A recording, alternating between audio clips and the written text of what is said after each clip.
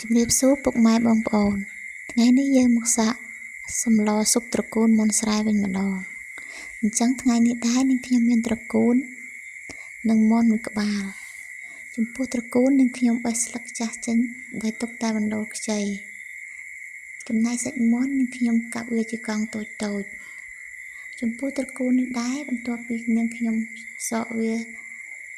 បេះស្លឹកវាទុកតែបណ្ដូលខ្ចីរួចនាងខ្ញុំសកវាជារាងតូចៗដើម្បីឲ្យយើងបង់ជាមួយសម្លទៅត្រកួនទន់ល្អបន្ទាប់ពីនាងខ្ញុំកាប់សាច់មាន់ជាកង់តូចៗរួចនាងខ្ញុំដាក់ឆ្នាំងលើចង្ក្រានទុកឲ្យក្តៅដាក់ខ្លាញ់ចូលបន្ទាប់មកយើងបំពងមុងខ្ទឹមឲ្យរាងស្រគាប់បន្តិចបន្ទាប់ពីមុងខ្ទឹមយើងស្រគាប់ហើយបងប្អូនដាក់សាច់ដែលយើងកាប់រួចចូលចំពោះគ្រឿងនេះត្រូវដាក់ច្របល់ជាមួយសាច់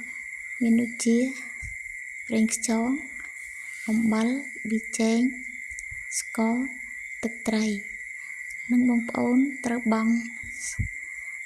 ស្លឹកក្រូចសើចរំដេងស្លឹកគ្រៃចូលប៉ុន្តែដោយនាងខ្ញុំភ្លេចបង់ដែរបងប្អូនអញ្ចឹងនាងខ្ញុំនឹងបង់នៅចុងវីដេអូនាងខ្ញុំគឺបង់នៅចុងវីដេអូអញ្ចឹងបន្ទាប់ពីយើងកូរគ្រឿងសពហើយបងប្អូនរំលីងសាច់ឲ្យឡើងដាច់ទឹកល្អកាលណាបងប្អូនឃើញថាសាច់យើងដាច់ទឹកល្អហើយបងប្អូនអាចដាក់ទឹកដោះគោខាប់ឬទឹកដោះគោស្រស់ចូលបន្តិច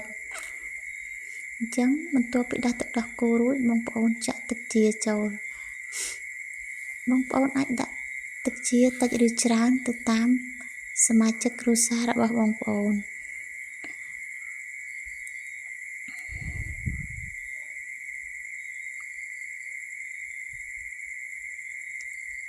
អញ្ចឹងបន្ទាប់ពីបងប្អូនដាក់ទឹកជារួចបងប្អូន